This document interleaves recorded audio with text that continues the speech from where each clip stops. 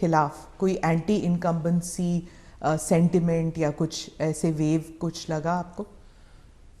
वैसे चुनाव घोषित होने के बाद मैं किसी राज्य का दौरा नहीं कर पाया हूं, क्योंकि इलेक्शन कमीशन ने कुछ मर्यादाएं रखी थी और मेरा प्रयास रहता है कि मैं मर्यादाओं का पालन करूं।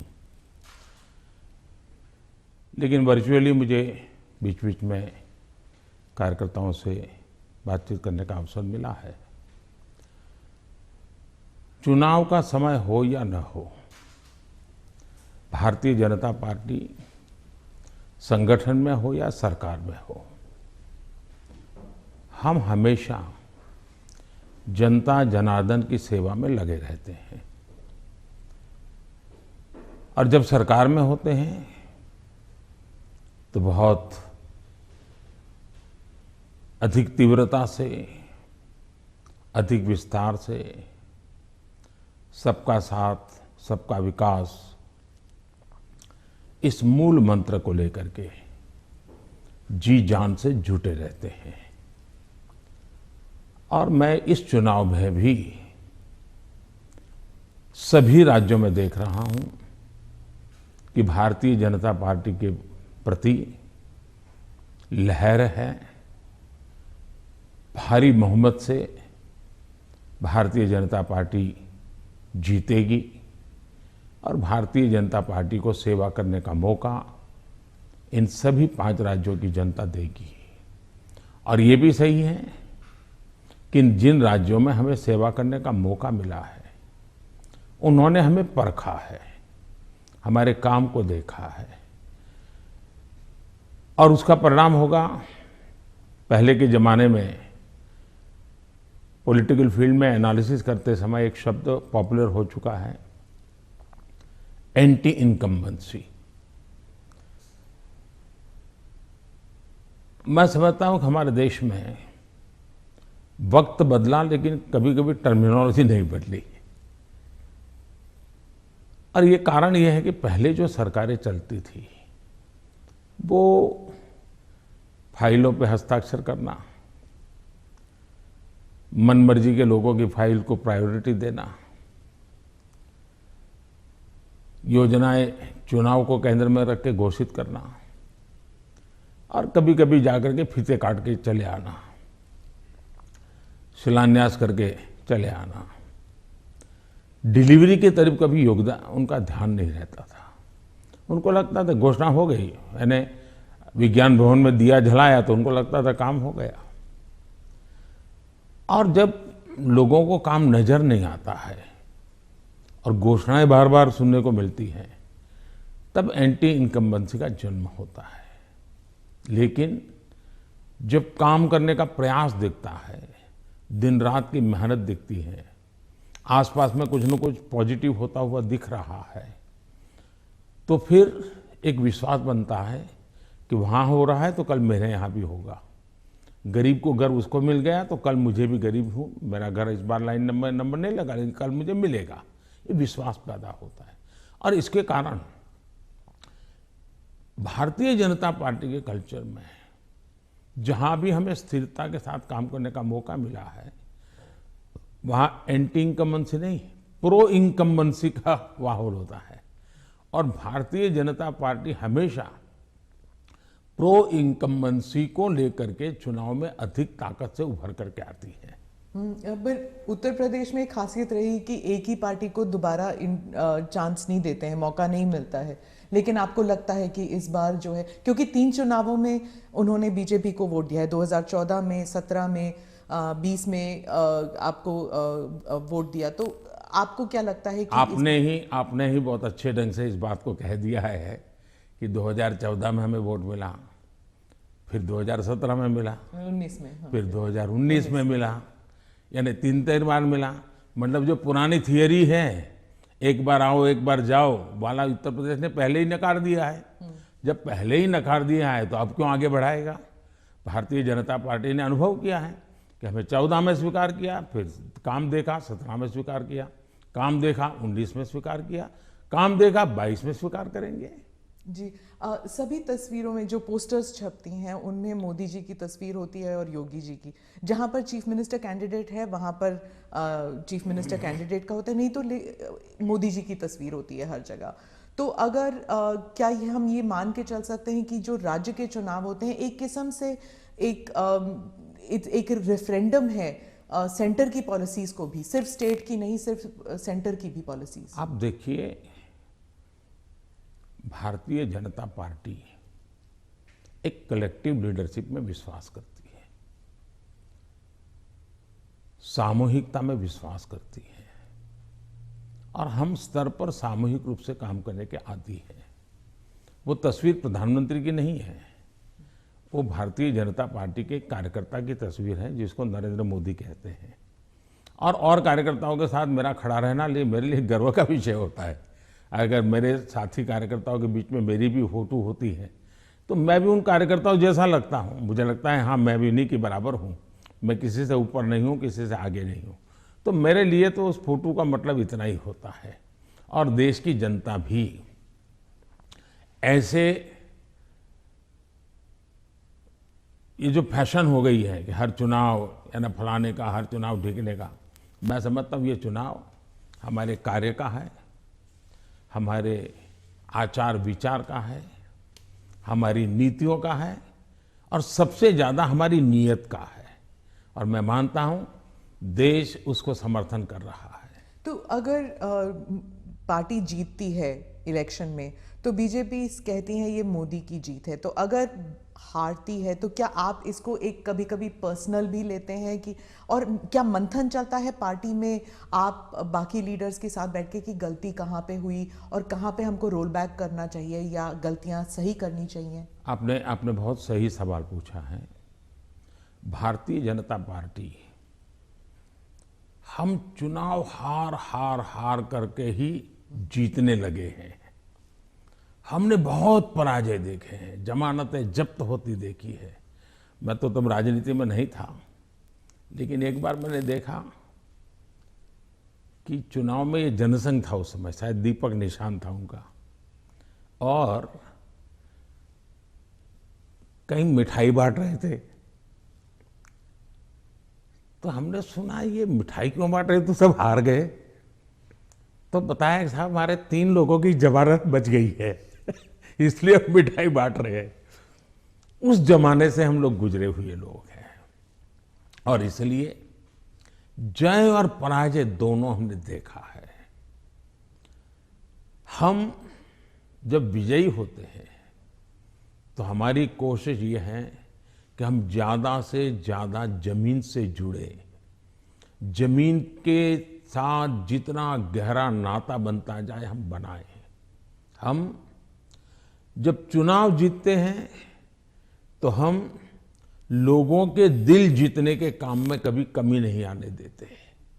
हमारे लिए हर पल, हर दिन, हर योजना, हर काम जनता जनार्दन के दिलों को जीतना, और दिल तब जीते जाते हैं जब उनको समाधान होता है, संतोष होता है। तो हम हमारी शक्ति उसी में लगाते हैं और हम बहुत कॉन्शियसली प्रयास करते हैं कि जीत हमारे सर पे न चढ़ जाए, हमारे दिमाग में वो सवार न हो जाए, और इसलिए हम धरती पर रहते हैं। जहाँ तक पराजय का सवाल है, हम पराजय में भी आशा को खोजते रहते हैं। हम निराशा में डूब करके इसने किया, उसने किया, इसको वो ये करो, डिकना करो, फलाना करो, इस चक्कर में नहीं पड़ते। हम सोचते हैं कि सामने वाले की रणनीति क्या थी, उसके तौर तरीके क्या थे, वो लोगों को गुमराह करने में क्यों सफल हुआ, हमारी बात को हम कैसे पहुंचाएंगे।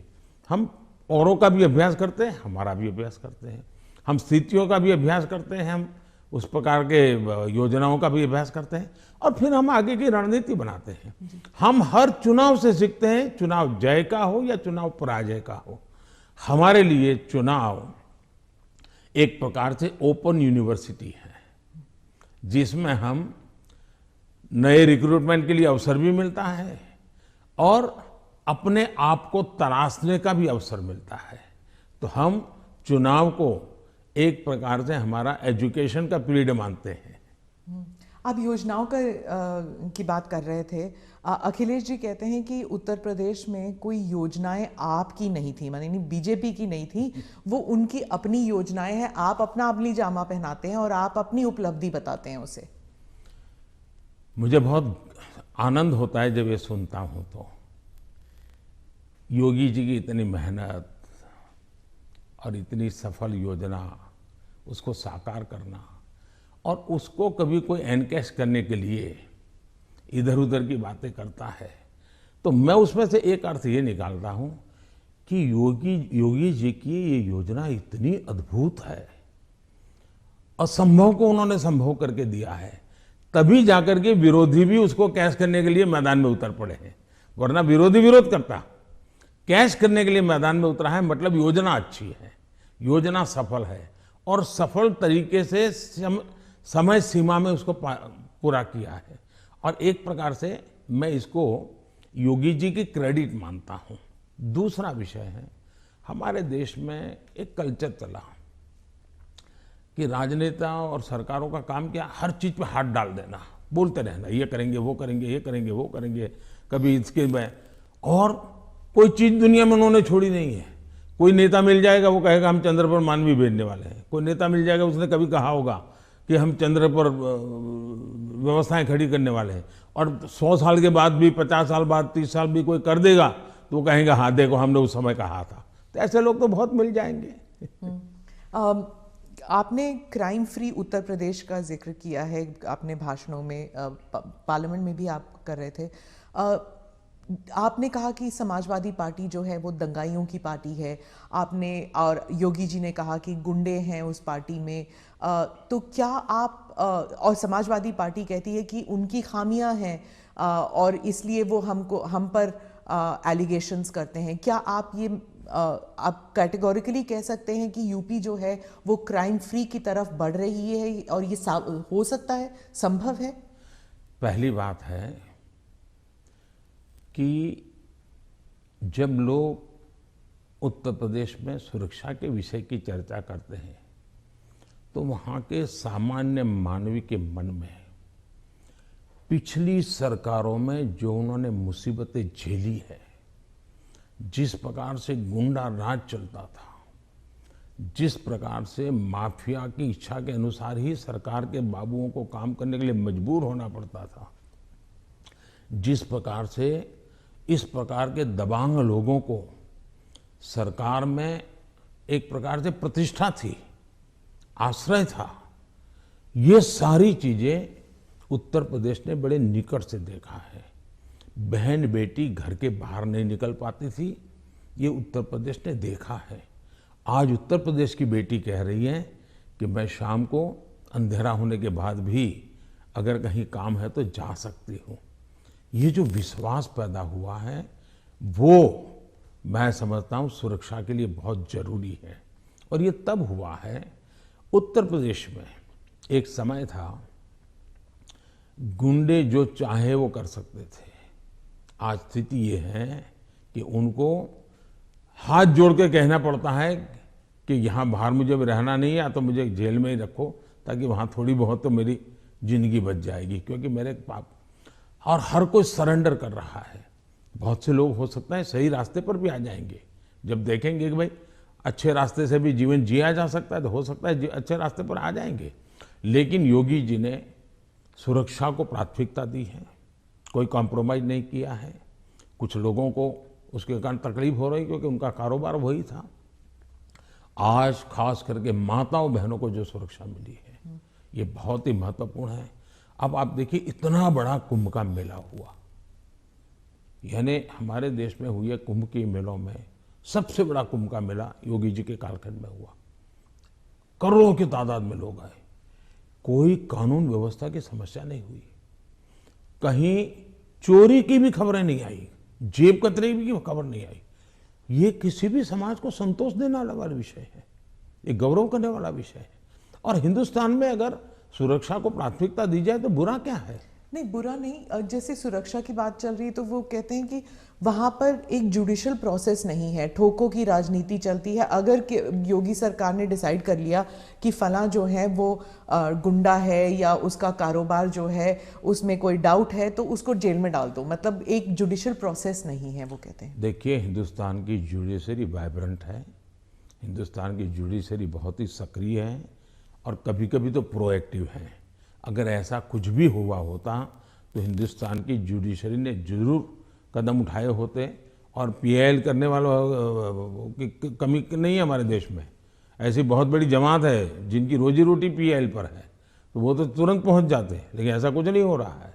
मतलब वो न्यायिक प्रक्रिया के आधार पर काम करते हैं। पर जैसे जैसे लखीमपुर खेरी का इंसिडेंट हुआ था और वो टेनी अभी भी जो हैं वो he still an important person BJP के लिए, तो ऐसे कई इंसिडेंट्स हैं उसको लेकर जो वहाँ पर जो समाजवादी पार्टी है it has been successful in saying कि अगर कोई बीजेपी के साथ है तो वो वाइट वॉश हो जाते हैं उनके सारे क्राइम्स। मैं यही तो कह रहा हूँ कि सुप्रीम कोर्ट जो कमेटी बनाना चाहती थी, राज्य सरकार ने सहमति दी।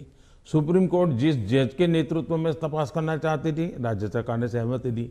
राज्य सरकार ट्रांसपेरेंसी से काम कर रही है, तभी तो सुप्रीम कोर्ट की इच्छा के अनुसार सारे निर्णय करती है। आप डबल इंजन सरकार के बारे में काफ़ी बारी कह चुके हैं अपने स्पीचेस में।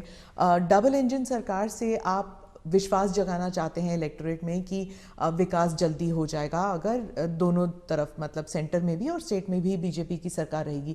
लेकिन कुछ लोग समझते हैं कि इससे एक धमकी की तरफ देखते हैं कि अगर डबल इंजन सरकार नहीं है तो विकास में गतिरोध आ सकता है, वह विकास मतलब गाड़ी आगे नहीं चलेगी अगर ये डबल इंजन सरकार नहीं होगी तो। देखिए, परिवार में भी माँ बाप हमेशा सभी भाइयों बहनों को कहते हैं कि देखो भाई, हम सब मिलकर के इस दिशा में जाएं तो सब अच्छा होगा, और सब उसी दिशा में प्रयास करते हैं।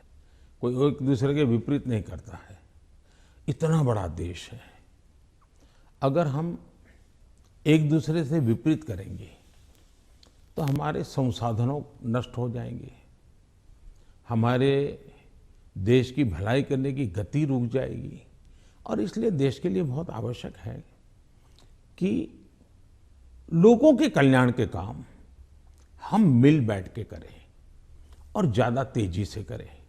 और उसमें भी अगर हम राजनीति करने जाएंगे, मेरा राज्य है, मैं मेरी मर्जी से करूंगा, ऐसा करेंगे तो कितना नुकसान होता है। मैं एक योजना बताता हूं। अब जैसे आयुष्मान भारत योजना, आयुष्मान भारत योजना गरीब जो बीमारी में है उसको 5 लाख रुपए तक बीमारी में स्वस्थ होने के लिए सहायता करता है। भारत सरकार करती है, पैसे भारत सरकार दे रही है। राज्यों को तो लेना है, देना कुछ नहीं है। कुछ राज्यों में अपनी अपनी योजनाएं हैं, हमें कोई इससे इतराज भी नहीं है। हम नहीं कहते कि योजना बंद करो, लेकिन इससे फायदा ये होता है कि मान लीजिए उत्तर प्रदेश का कोई नागरिक है और केरल गया हुआ है और वहां उसको कुछ हो गया, तो ये योजना ऐसी है कि केरल में भी उसको ट्रीटमेंट मिलेगी। उसको उत्तर प्रदेश में ही बीमार होगा तो लाभ होगा ऐसा नहीं, केरल में भी। इसका मतलब कि आयुष्मान भारत योजना से जोड़ना मतलब दोनों इंजन जुड़ जाएंगे तो गरीबों को लाभ होगा कि नहीं होगा। लेकिन कुछ राज्य ऐसे हैं जिनको लगता है नहीं, हम आयुष्मान भारत से नहीं जोड़ेंगे। दिल्ली में क्या ऐसी सरकार है। अब दिल्ली का नागरिक हिंदुस्तान के किसी कोने में जाएगा और वहां कुछ हुआ तो उसको वो लाभ नहीं मिलेगा। अब क्या कारण है कि इसका विरोध किया जा रहा है। उसी प्रकार से हमने one nation one ration card क्यों किया कि भाई कोई भी मजदूर हिंदुस्तान के किसी भी कोने में जाएगा, एक ही राशन कार्ड होगा। अगर वो महाराष्ट्र में है तो भी उसको free price, fair price shop से उसको अनाज मिल जाएगा। अब 2 राज्य ऐसे निकले जिनको सुप्रीम कोर्ट को डंडा मारना पड़ा, कहना पड़ा कि भाई one nation one ration card गलत क्या है, तुम लागू करो। अब इसलिए हम कहते हैं कि डबल इंजन की सरकार होती है तो गरीबों को सबसे ज्यादा लाभ होता है। अब जैसे जीएसटी कानून आया, पहले हमारे देश में हर जगह पर टैक्सेशन की सिस्टम इतनी अलग अलग थी कि विदेश के निवेशक जो होते थे उनको बहुत दिक्कत होती थी। भाई हमें एक राज्य में अगर कारखाना लगाते हैं तो हमें वहाँ इस प्रकार का प्रॉब्लम होता है, दूसरे में लगाते हैं तो दूसरा होता है। अब जीएसटी होने के कारण उनको भी सहूलत हो गई। तो हम जो ये कह रहे हैं कि भाई डबल इंजन की सरकार, हम ऐसी व्यवस्थाएं करें, अपनी विविधता को बनाए रखना है, भारत की विविधता ही उसकी ताकत है, लेकिन व्यवस्थाओं को भी बनाए रखना है। और इसलिए हम कहते हैं कि जब डबल इंजन लगता है तो ताकत बहुत बढ़ जाती है, हमारी शक्ति वेस्ट नहीं होती है। हमें इसका उपयोग सिर्फ और सिर्फ देश का कल्याण, गरीबों का कल्याण, देश के युवाओं का भला, इतना ही हमारा अर्थ है। आप विविधता की रिस्पेक्ट के बारे में बात करते हैं, लेकिन राहुल गांधी और सिर्फ राहुल गांधी नहीं, स्टालिन, केसीआर, महबूबा, ममता सब कहते हैं कि आपकी पार्टी जो है उस विविधता को रिस्पेक्ट नहीं करती, इसलिए चाहे बंगाल हो या आंध्रा, तमिलनाडु, केरला और कश्मीर, इन सभी राज्यों में बीजेपी कहीं घुस भी नहीं सकती है, सरकार बना नहीं सकती है, क्योंकि एक सेंट्रिस्ट, एक स्ट्रांग व्यू पॉइंट वाली पार्टी है जो रीजनल एस्पिरेशंस को नहीं समझती। पहली बात ऐसी है कि भारतीय जनता पार्टी एक ऐसी पार्टी है जिसका ये मत है कि देश के विकास के लिए हमें रीजनल एस्पिरेशंस को एड्रेस करना ही चाहिए।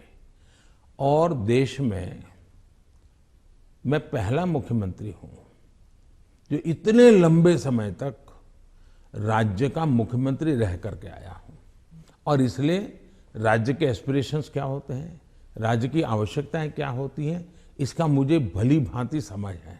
और इसी के कारण हम हिंदुस्तान के सभी राज्यों की भला, अब देखिए मैं दुनिया के मेहमान आते हैं तो पहले उनको दिल्ली में ही आना और जाना हो जाता था, मैं ऐसा नहीं करता हूं। आप ट्रंप को ले गए गुजरात? मैं उनको अलग अलग जगह पर, मैं चाइना के राष्ट्रपति को ले गया तमिलनाडु, मैं फ्रांस के राष्ट्रपति को ले गया उत्तर प्रदेश, मैं जर्मन चांसलर को ले गया कर्नाटका, और तब तो कांग्रेस की सरकार थी। किसकी सरकार? इस देश की शक्ति को उभारना, इस देश के हर राज्य को प्रोत्साहन मिलना, यही हमारा काम होता है।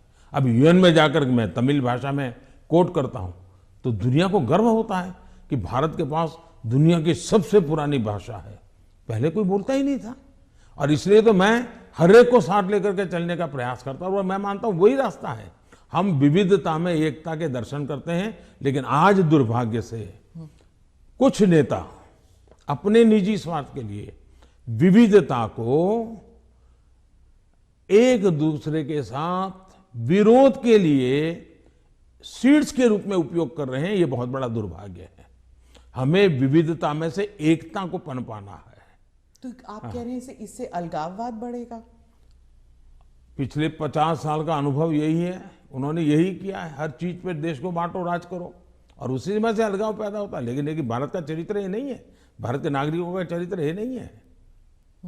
आप इसको एक do you see it as a threat कि अगर इसे अभी नहीं रोका जाएगा तो सेपरेटिस्ट एलिमेंट्स आ जाते हैं कि जैसे अगर कश्मीर का अलग बात है, नॉर्थ ईस्ट की बात अलग है, लेकिन अगर आप द्रविड़ मूवमेंट को देख लेंगे या कहीं और राज्य में देख लेंगे, अगर रीजनल एस्पिरेशंस को बढ़ाया जाता है तो क्या एक यूनिटी फैक्टर में कोई देखिए हमने दरार पड़ सकता है? मैं बताता हूँ काम करने का तरीका कैसे होता है। हमारा ये मत है सामाजिक न्याय। भारत जैसे देश में इतनी विविधता भरा समाज व्यवस्था, और अगर सामाजिक न्याय के सिद्धांत में हम थोड़ा सा भी ऊंचे नीचे करेंगे तो हमारे देश को बहुत नुकसान होगा। इसलिए समाज का छोटे से छोटे तबके के व्यक्ति को भी विकास में पूरा सहयोग मिलना चाहिए और विकास के लिए अवसर मिलना चाहिए। जैसे समाज के अंदर सामाजिक न्याय की आवश्यकता है, वैसे ही राष्ट्र में भी कोई एक इलाका बहुत आगे बढ़ जाए और कोई इलाका पीछे रह जाए तो कभी भी देश का भला नहीं होगा। हमारे यहाँ सर्वांगीण विकास होना चाहिए, सर्वसमावेशक विकास होना चाहिए, सर्वस्पर्शी विकास होना चाहिए, सर्वहित में विकास होना चाहिए। और इसलिए हम एक विषय लेकर के आए जिसमें भी मैं देख रहा हूं कि सभी राज्य हमारे साथ मिलकर के कंधे से कंधा मिलाकर के काम कर रहे हैं। एक राज्य नहीं कर रहा है, ये दुर्भाग्य है, बाकी सब राज्य कर रहे हैं। क्या है, हमने देखा कि हिंदुस्तान में 100 से थोड़े ज़्यादा कुछ जिले ऐसे हैं कि जो राज्य की एवरेज से भी बहुत पीछे हैं। हर प्रकार से वहाँ का धन तो सब राज्य जिलों को समान मिलता है, तो ऐसा क्यों होता है? गवर्नेंस के प्रॉब्लम, योजनाओं का अमलीकरण नहीं। हमने ऐसे जिलों को एस्पिरेशनल जिलों के रूप में आइडेंटिफाई किया और राज्य सरकारों की सहमति से किया। करीब 110-115 जिले हैं और उस पर हमने स्पेशल फोकस किया। मैं खुद जिलों से बात करता हूँ, उन जिलों में कल्याणकारी योजनाएं ज़्यादा से ज़्यादा पहुँचे। मैं राज्य सरकारों को प्रार्थना करता हूँ कि वहाँ यंग अफसरों को लगाइए, IAS अफसरों को, प्रमोटेड अफसरों को या रिटायर्ड एज वाले लोगों को वहाँ मत भेजिए, यंग लोगों को लगाइए। और मैंने देखा कि सभी राज्यों ने मेरी इस बात को माना, यंग अफसरों को लगा। दूसरा, मैंने कहा बार बार ट्रांसफर मत कीजिए, उनको वहाँ रहने दीजिए 3 साल, उनको कहिए कि तुम काम करो, बाद में तुम्हें अच्छा पोस्टिंग देंगे। सभी राज्यों ने मेरी मदद की और आज ये जो एस्पिरेशनल डिस्ट्रिक्ट है वो राज्यों की एवरेज से भी कुछ तो आगे निकल रहे हैं, कई पैरामीटर में आगे निकल रहे हैं। अब देश का भला हो रहा है। तो मेरा फेडरलिज्म में छोटी से छोटी इकाई का भी भला हो। अब जैसे ऑप्टिकल फाइबर नेटवर्क हिंदुस्तान के हर गांव में जाना चाहिए। हम लगे हैं, पैसे लगा रहे हैं, पूरी ताकत लगा रहे हैं। क्यों? हमें तो पूरे देश को ऊपर लाना है। यही तो रीजनल एस्पिरेशंस को एड्रेस करने का हमारा तरीका है। ये बात चलती है कि ये मोदी दी एडमिनिस्ट्रेटर है। अब अगर आप मोदी द पॉलिटिशियन के बारे में बात करूं तो जो पोलराइजेशन हमारे सोसाइटी में है वो हर इलेक्शन में उभर कर आती है, जाति के नाम पर हो या धर्म के नाम पर हो। कोई ना कोई किस्सा जरूर हो जाता है इलेक्शन से पहले। तो मोदी दी एडमिनिस्ट्रेटर आपने बता दिया आपने क्या क्या किया, मोदी द पॉलिटिशियन नहीं कर पाया है अभी तक। पहली बात है कि भारतीय जनता पार्टी, उसका मंत्र है सबका साथ, सबका विकास, सबका विश्वास और सबका प्रयास। हमने हमारे इन सिद्धांतों को कभी बदला नहीं है। आपने मेरे मुंह से सैकड़ों बार इसको सुना होगा और मैं तो देख रहा हूं इन दिनों दुनिया के देश भी मेरे इस वाक्य का अपनी भाषा में ट्रांसलेशन करके सुनाते हैं कि मोदी इन सिद्धांतों पर काम करते हैं। और इसलिए हम मानते हैं कि सबका साथ, यही हमारा मंत्र रहा, हम करते हैं। समाज व्यवस्था तो है ही है, इसको तो कोई नकार नहीं सकता है। लेकिन हैरानी तब होती है जब मैं देख रहा हूं मीडिया में हम समाज को कोई दबा कुचला वर्ग हो उसकी चिंता हमको करनी चाहिए, क्यों नहीं करनी चाहिए। लेकिन हम कहेंगे भाई इस समाज में अगर पंथ के आधार पर देखें तो इस संप्रदाय में इस प्रकार की जाति व्यवस्था का वर्णन करेंगे और इस समाज में हम कभी नहीं करेंगे। क्या वहाँ भी समाज के और वर्गों में जातियाँ नहीं हैं, ऊंच नीच नहीं है, वहाँ पर बैकवर्ड नहीं। अब जैसे मेरे यहाँ गुजरात में मुस्लिम संप्रदाय में मैं समझता हूँ कि 70 जातियाँ ऐसी हैं जो ओबीसी हैं और मेरे गुजरात में जब मैं था उनको ओबीसी की कैटेगरी में बेनिफिट मिलता था। लेकिन कभी मैं मीडिया में नहीं देख रहा हूं कि भाई वहां कितने ओबीसी को टिकट मिला, वहां कितने पिछड़ों को टिकट मिला, कुछ नहीं। तो ये इस प्रकार की राजनीति कौन करते हैं जी? क्या इससे बाहर आना चाहिए कि नहीं आना चाहिए? हम टिकट देंगे तो भी जाति के आधार पर बंटवारा शुरू कर देते हैं, इसी भाषा में वर्णन करते हैं। किस जाति का कितना वोट मिलेगा ये भी कह रहे हैं। हम ये सारी भाषा को बदलना चाहिए और इसलिए सबका साथ, सबका विकास, हम उसी मंत्र को लेकर के चलना चाहते हैं ताकि हमारा मत है कि देश की एकता देश को आगे ले जाने के लिए बहुत आवश्यक है। पर जो अल्पसंख्यक हैं वो दरार में गिर जाते हैं, वो जो फिशर्स होते हैं उनमें गिर जाते हैं। जो वो आपने तो कई सारे उदाहरण दे दिए जहां पर वो जैसे आपने कहा कि कार्ड यहाँ पर भी इस्तेमाल हो सकता है, वहां पर भी इस्तेमाल हो सकता है, बहुत सारी योजनाएं हैं। लेकिन जब ऐसे पोलराइजेशन के जो किस्से हो जाते हैं तब क्या होता है, मीडिया में भी आ जाता है, और जब मीडिया में आता है minorities are not safe in India, international media में भी आ जाता है। जो पूंजी निवेश करना चाहता है बाहर बैठ के, वो सोचता है यहाँ पॉलिटिकल अनरेस्ट है, मैं क्यों यहाँ पर पैसे लगाऊं। तो एक आज विश्व में भारत ने अपनी एक अच्छी पहचान भी बनाई है और वो मीडिया की ताकत से भी आगे निकल गई है। अब जहां तक मीडिया का सवाल है, वो क्यों ऐसा करते हैं, किसके कारण करते हैं, किसके लिए करते हैं, किसके कहने से करते हैं, किसके दबाव में करते हैं, ऐसे विषयों पर मेरा टिप्पणी करना उचित नहीं है। लेकिन मेरा इतनी समझ जरूर है कि मीडिया वर्ल्ड में भी एक बहुत बड़ा कंपटीशन है। उनको भी टिकने के लिए, अपने व्यापारिक हितों के लिए भी बहुत जिद्दोजहद करनी पड़ रही है। वो भी एक एलिमेंट है, मीडिया की कुछ मजबूरियां भी हैं उनकी। इस सब के बावजूद भी हमारी बात दुनिया में पहुंची है, इन्हीं लोगों के माध्यम से पहुंची है, क्योंकि अच्छे लोग भी हैं, नहीं है ऐसा नहीं है। जहां तक विदेश का मीडिया का कुछ सवाल है, दुनिया में मैंने देखा है कि कोई ही देश होगा, रेयर एक्सेप्शन, मैं भारत की बात नहीं कर रहा हूं, मैं बाहर की बात कर रहा हूं, कि जहां का मीडिया अपने देश के हितों के खिलाफ कुछ करता हो।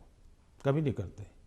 तो कभी कभी ये मीडिया हाउस भी उनके देश के हितों के लिए भी, देशों के बीच की जो स्पर्धा होती है तो एक लाइन ड्रॉ करते हैं, तो उनकी एक अपनी दुनिया है, चलने दीजिए। लेकिन आप देखिए क्या कारण है कि आज सबसे ज्यादा एफडीआई है भारत में। क्या कारण है? सबसे ज्यादा एफआईआई है। क्या कारण है इतना निवेश आ रहा है? क्या कारण है कि जब आयुष्मान कोरोना आया, दुनिया के 150 के करीब देश भारत की दवाई के लिए, मुझे लगातार हिंदुस्तान, दुनिया के मैक्सिमम लोगों ने मुझ पर टेलीफोन करके दवाइयाँ मांगी होगी।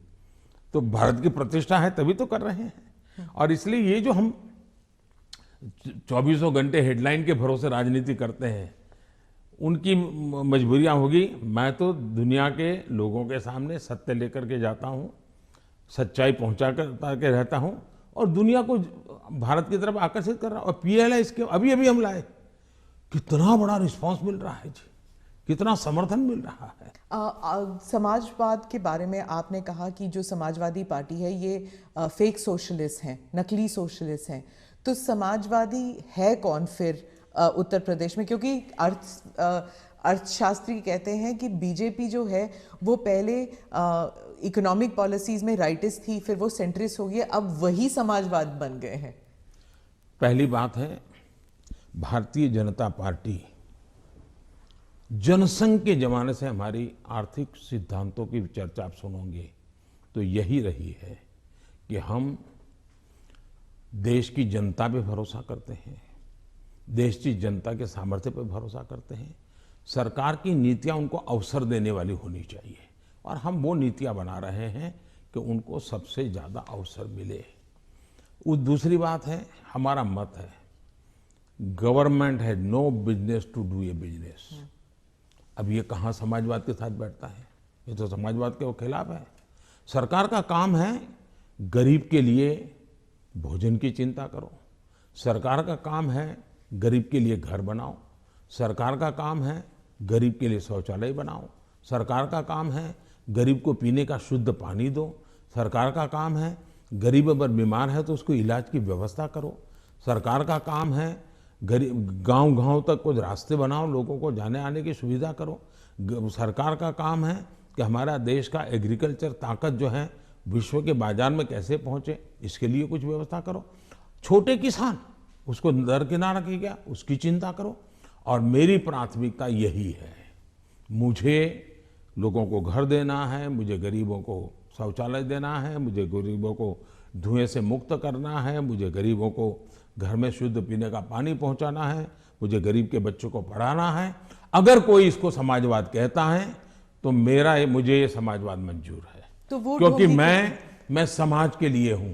लेकिन मैं जो चर्चा करता हूं नकली समाजवाद, वो ये है, ये पूरी तरह परिवारवाद है। लोहिया जी का परिवार कहीं नजर आता है क्या?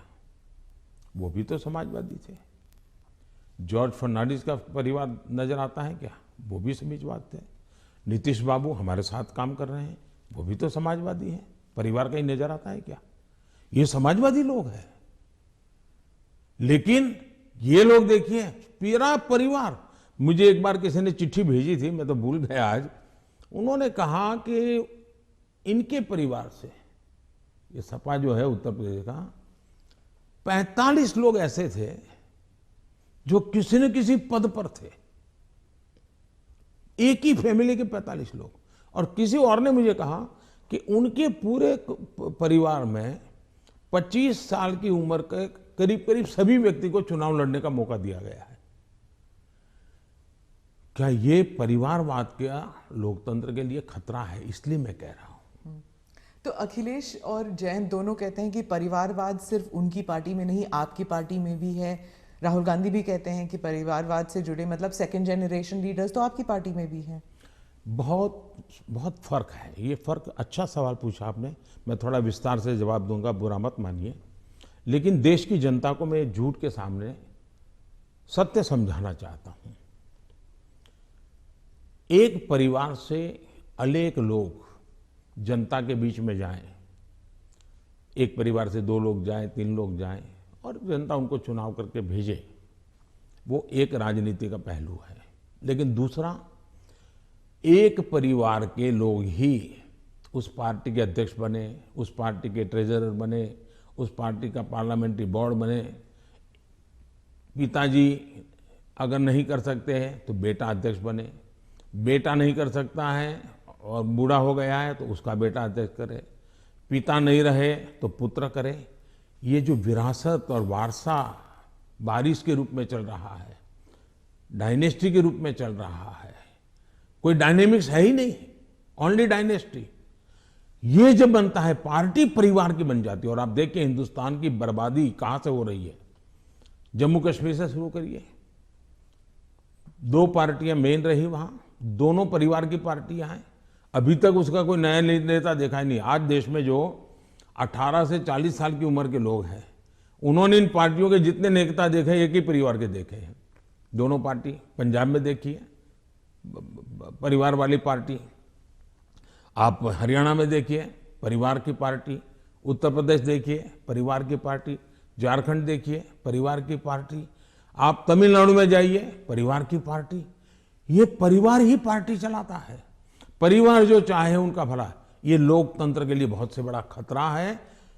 एक पार्टी के 2 लोग अगर एमएलए बन गए, एमपी बन गए, तो वो पार्टी परिवार की नहीं बनी है। और ये दोनों को फर्क समझना होगा। कोई ऐसा कह करके इतने बड़े पाप से भाग जाए, ये नहीं चल सकता है। और मेरा मत है, परिवारवादी पार्टियां लोकतंत्र का सबसे बड़ा दुश्मन है, क्योंकि लोकतंत्र के मूलभूत सिद्धांतों को ही वो नकारता है। दूसरा, जब परिवारवादी राजनीति चलती है, परिवार ही सर्वोपरि होता है। परिवार को बचाओ, पार्टी बचे या न बचे, परिवार को बचाओ, देश बचे या न बचे, ये जब होता है तब सबसे पहले कैजुअलिटी कौन सी होती है? परिवारवादी राजनीति में कैजुअलिटी कौन सी होती है? बेटा जैसा भी होगा लेकिन वही अगला अध्यक्ष बनेगा।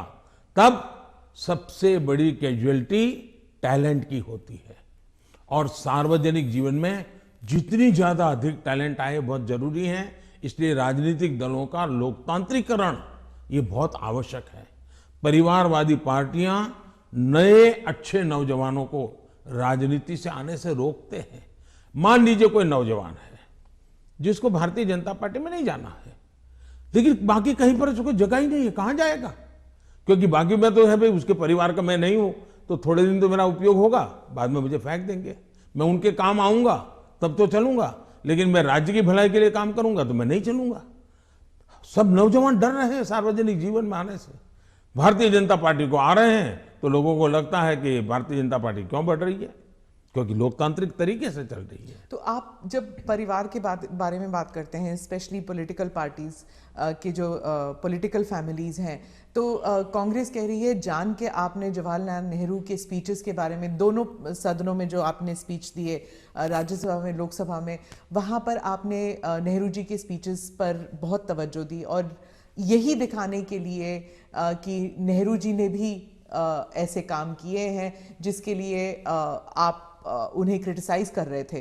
तो राहुल गांधी ने देर रात को मीडिया से बात करते हुए कहा कि I don't need a certificate from Modi ji about my great grandfather. तो अब ये फिर अब पूरा परिवार के ऊपर बन गया है कंट्रोवर्सी। हालांकि आपने जो एग्जाम्पल्स दिए थे वो परिवार के ऊपर नहीं था। पहली बात है, मैंने किसी के पिताजी के कुछ नहीं कहा है, मैंने किसी के दादाजी के लिए कुछ नहीं कहा है, नहीं मैंने किसी नाना जी के लिए कहा है, नहीं मैंने किसी की माताजी के लिए कुछ कहा है। मैंने देश के प्रधानमंत्री ने क्या कहा वो कहा है, और सरकार एक कंटिन्यूटी होती है, और इसलिए एक प्रधानमंत्री के ये विचार थे तब क्या स्थिति थी, आज के प्रधानमंत्री के ये विचार है क्या स्थिति है, और देश का ये हक बनता है। अब दूसरा, बार बार हमें कहा जाता है आप नेहरू जी का नाम लेते नहीं, आप नेहरू जी का नाम, अब हम लेते हैं तो भी मुश्किल हो रहा है। मुझे समझ नहीं आ रहा है कि इतना डर किस बात का है। प्रधानमंत्री जी, 2014 से आप कांग्रेस मुक्त भारत की बात करते हैं। अब वो 60 से कम सीटें हैं कांग्रेस पार्टी की, और उत्तर प्रदेश में तो नंबर 4 पर हैं। तो आप इतना वक्त क्यों लगा रहे थे अपने स्पीच में कांग्रेस के ऊपर? पहली बात है कि देश की जो आज हालत है उसमें सबसे जिम्मेवार कोई मुख्य धारा है तो कांग्रेस की धारा है। इस देश को जितने प्रधानमंत्री मिले ना, उसमें से अटल जी को और मुझे छोड़ करके सारे प्रधानमंत्री कांग्रेस कुल के ही थे। इसके कारण देश में एक कांग्रेस की कार्यशैली ही राजनीति में एक प्रकार से मुख्य धारा बन गई।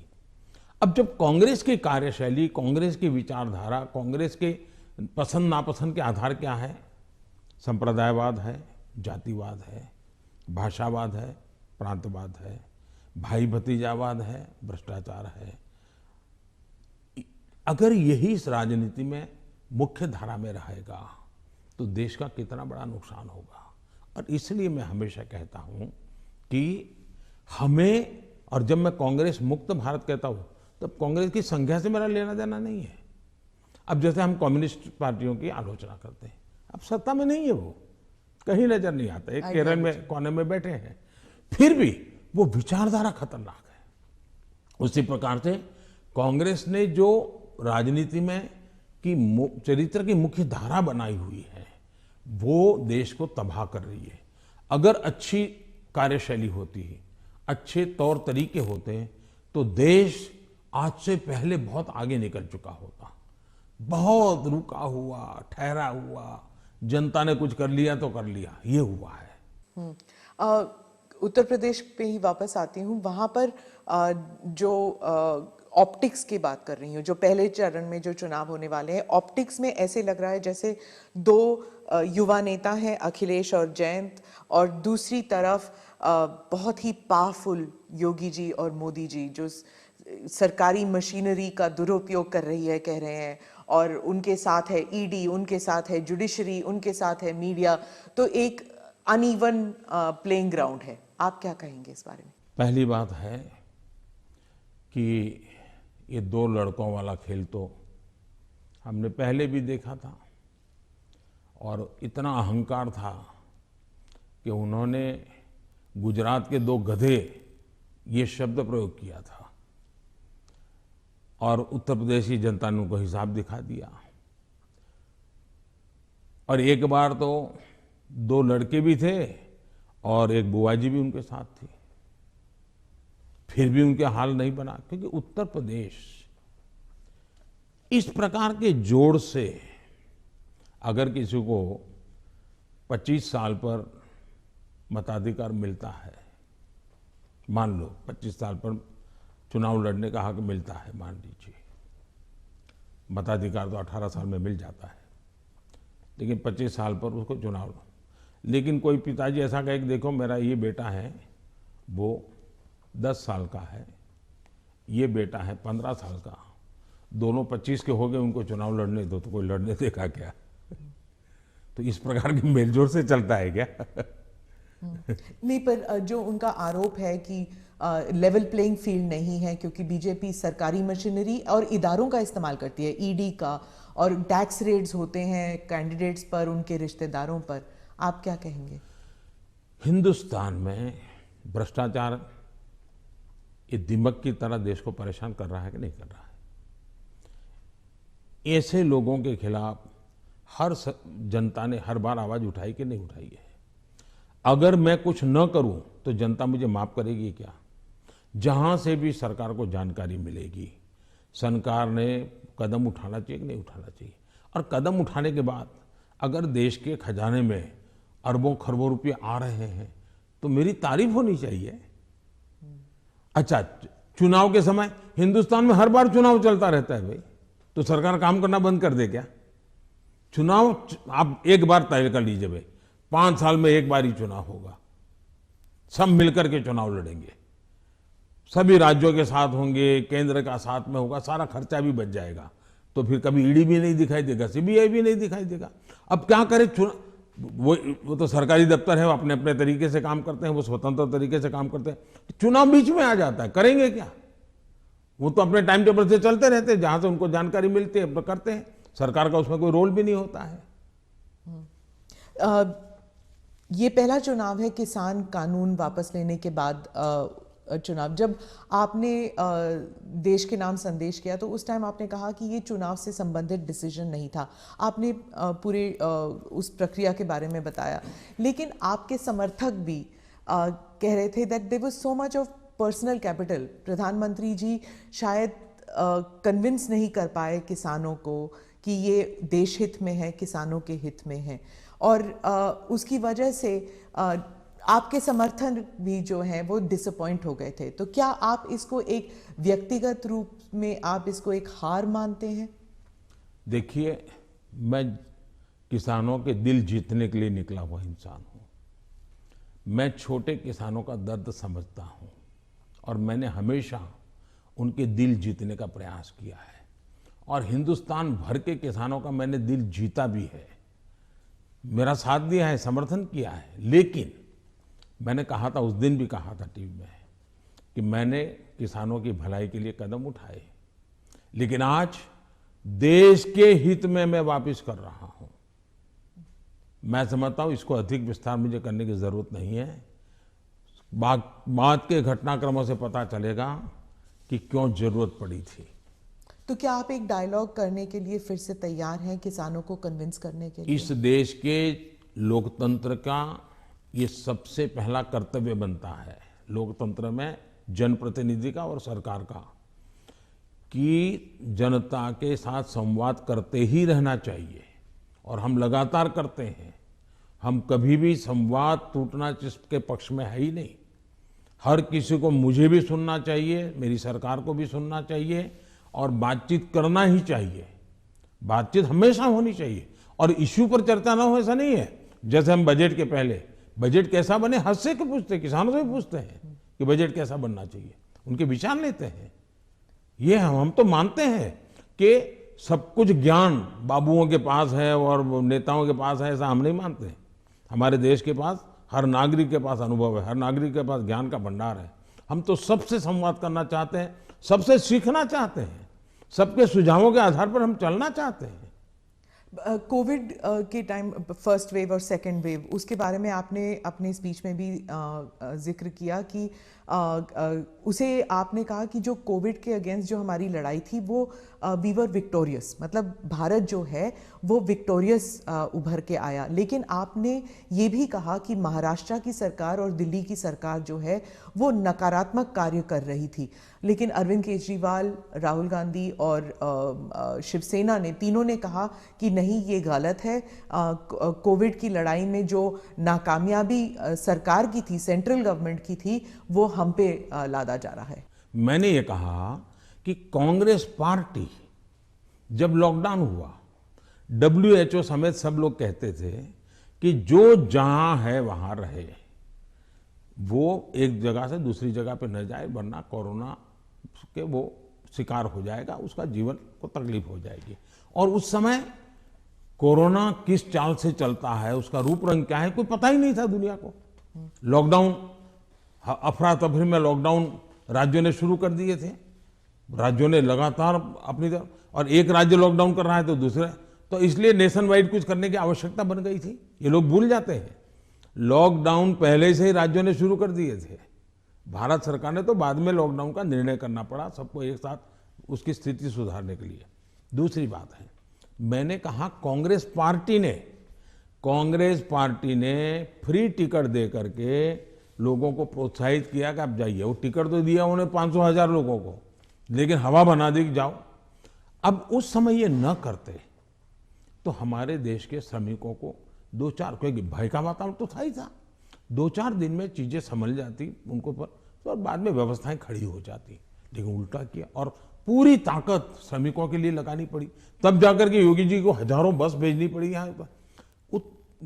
यहाँ पर भी दिल्ली में आप पार्टी ने, उसके नेताओं ने जीपों में जाकर के झुपड़पट्टी में कहा है, वीडियो अवेलेबल है कि भाई आप जल्दी जाइए और वहां पहुंचिए, वहां से आप अपने घर पहुंच जाइए, यहां तो लॉकडाउन हो रहा है। भय पैदा कर दिया। और मैं हमेशा कहता हूं, ये भारत की जनता इतने बड़े संकट में, दुनिया मानती थी कि हिंदुस्तान का हालत सबसे खराब होगा, और स्वाभाविक था कि इतनी बड़ी जनसंख्या, हम इस प्रकार से समूह में रहते हैं, हमारा जीवन भी सामूहिक होता है, और ये बीमारी ऐसी है कि तुरंत लपेट लेती है, तो हमारे लिए हर प्रकार के संकट थे, ये तो मानना पड़ेगा। और बीमारी ने दुनिया भर को जिस प्रकार से समृद्ध देशों को तबाह कर दिया है, उसकी तुलना में हम बच पाए, तो हम गर्व से कह सकते हैं कि भाई हिंदुस्तान के नागरिकों ने जो भी उनके पास संसाधन थे, उन्होंने अपने डिसिप्लिन को फॉलो किया और उन्होंने अपने आप को बचाने में काफी मदद की। तो विजय मैंने जो भी कहा है 130 करोड़ को, लेकिन मैंने ये कभी नहीं कहा कि कोरोना खत्म हो गया। मैं तो आज भी कहता हूं ये बहुरूपिया है, वो कभी भी नए रंग रूप के साथ मैदान में उतर आता है और हमारी स्थितियों को चुनौती देता है। हमें हर बार डायनेमिक व्यवस्था से नई नई व्यवस्थाएं खड़ी करनी पड़ रही है और हमें जागरूक रहना पड़ेगा। प्रधानमंत्री जी, चुनाव 5 राज्यों में है। अब पंजाब की बात करती हूँ, तो आपको क्या लगता है कि बीजेपी ने जो अपना एलाई खोया है पंजाब में, उसकी वजह से मतलब तीसरी पार्टी आ रही है शायद पंजाब में पहली बार, पर बीजेपी कभी अपना रूट्स बना नहीं सकी उस राज्य में। क्या आप इसको एक राजनीतिक विफलता मानते हैं? मैं समझता हूं कि मेरी पार्टी के जो वरिष्ठ नेताओं ने उस समय जो नीतियां बनाई, जो रणनीतियां बनाई, वो उस समय के लिए बहुत अनिवार्य थी, और उसके कारण पंजाब की एकता, पंजाब के अंदर फिर से एक बार शांति का माहौल बने, पंजाब खून खराबे से बाहर निकले। और मैं मानता हूं कि भारतीय जनता पार्टी ने अपने राजनीतिक स्वार्थ के बजाय पंजाब का हित सुप्रीम माना, और उसने राजनीतिक जो भी कॉम्प्रोमाइज करने की आवश्यकता थी किया, वो बहुत जरूरी था, इसलिए किया। हम पंजाब को खून खराबे से बाहर निकालना चाहते थे, हम पंजाब को शांति देना चाहते थे, और उसके लिए अगर बीजेपी का नुकसान होता है तो होने देंगे, ये हमने होने दिया। बीजेपी तब भी पनप सकती थी, लेकिन हमारे लिए जरूरी था कि हम उस रास्ते पर चले जिसके कारण हम यहाँ पर सुख शांति का माहौल बनाने में हम बहुत बड़ा पॉजिटिव योगदान दे सके, और वो हमने किया, और पंजाब को बाहर निकालना में उस संकट से बाहर आए। जहां तक राजनीति का सवाल है, आज भारतीय जनता पार्टी सबसे अधिक विश्वसनीय पार्टी के रूप में पंजाब में उभरी है। आपने देखा होगा, बहुत बड़े वरिष्ठ लोग, समाज जीवन के वरिष्ठ लोग, जिनका राजनीति से लेना देना नहीं थे, वैसे बहुत बड़ी मात्रा में पिछले दिनों भारतीय जनता पार्टी ज्वाइन किया है। फिर जो राजनीति के बहुत बड़े महारथी हैं, ऐसे लोगों ने भी अपने पुराने दल छोड़ करके भारतीय जनता पार्टी, टिकट दे या ना दे, लेकिन भारतीय जनता पार्टी पंजाब के स्थिरता के लिए, पंजाब के विकास के लिए, पंजाब की शांति के लिए बहुत जरूरी है, और इसलिए पंजाब में भारतीय जनता पार्टी का शासन बनना चाहिए। आज पंजाब से आवाज उठी है, और इसलिए है हम आगे बढ़े हैं।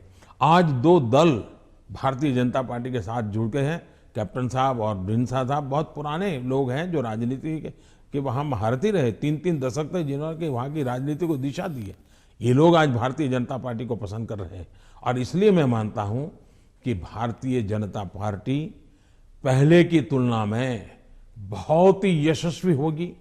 पंजाब के लोगों के जो एस्पिरेशंस कई कारणों से हमने भी शायद कॉम्प्रोमाइज कर करके अपनी पार्टी का नुकसान किया, हो सकता है कुछ लोगों का भी हुआ होगा, लेकिन अब जब हम खुल करके आए हैं तो उनका भी हौसला बुलंद हो गया। जो लोग दबे हुए रहे थे वो भी खुल करके हमारे साथ आए हैं।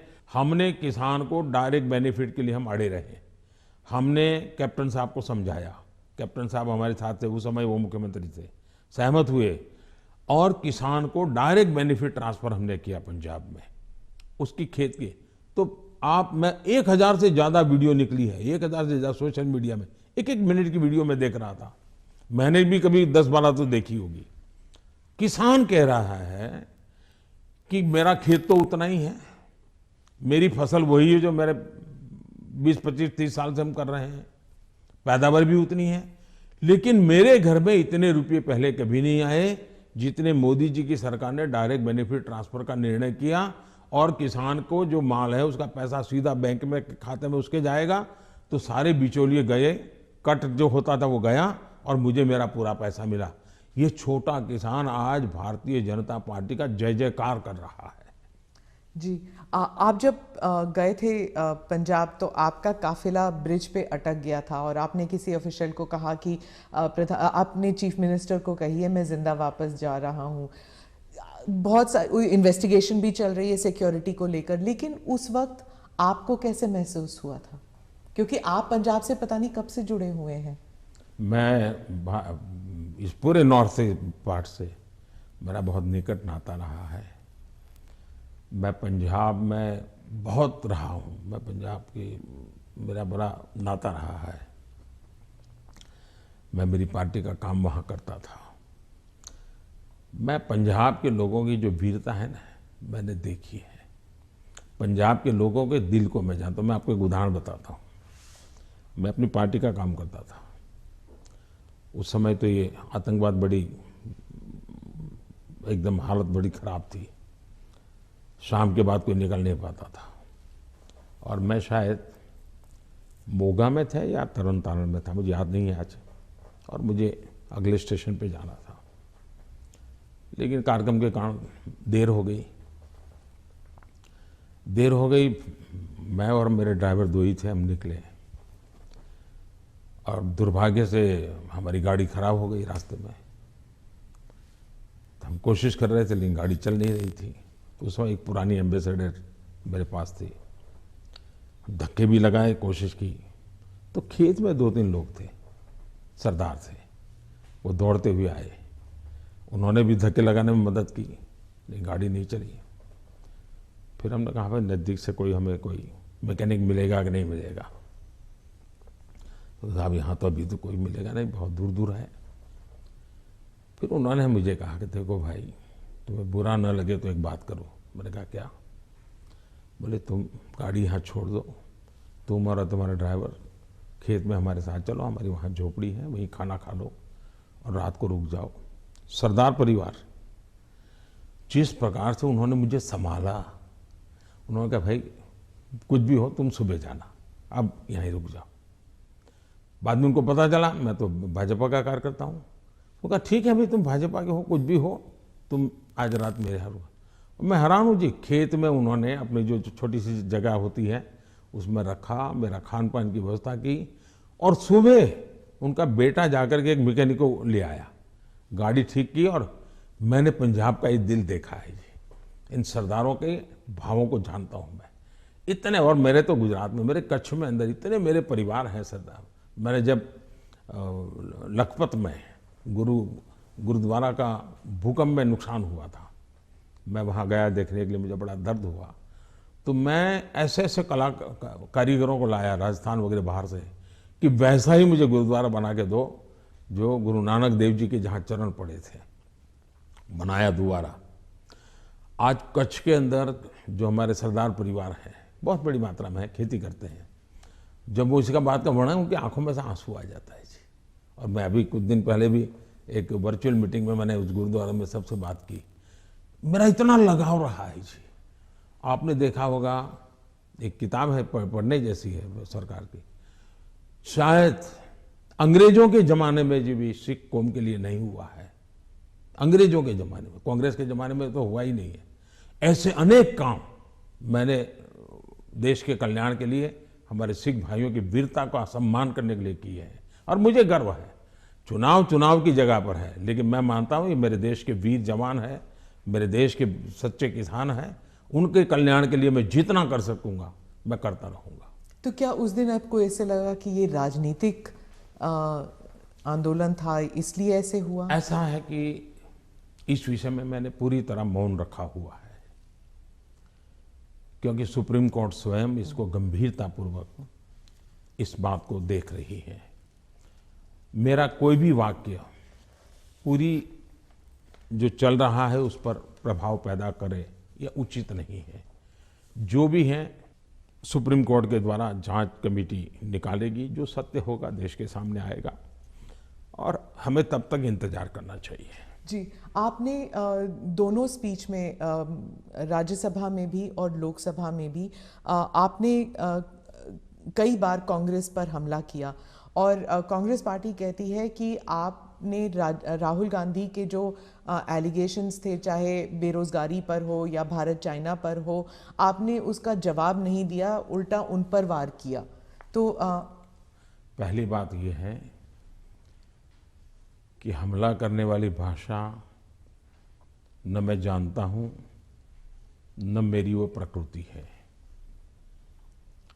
लेकिन तर्क के आधार और तथ्य के आधार पर सदन में मैं कोई बात बताऊं, वो मीडिया के लिए गरम गरम मसाला बनाने के लिए हमारा शब्द उपयोग होता होगा। हम हमला नहीं करते, हम संवाद करते हैं।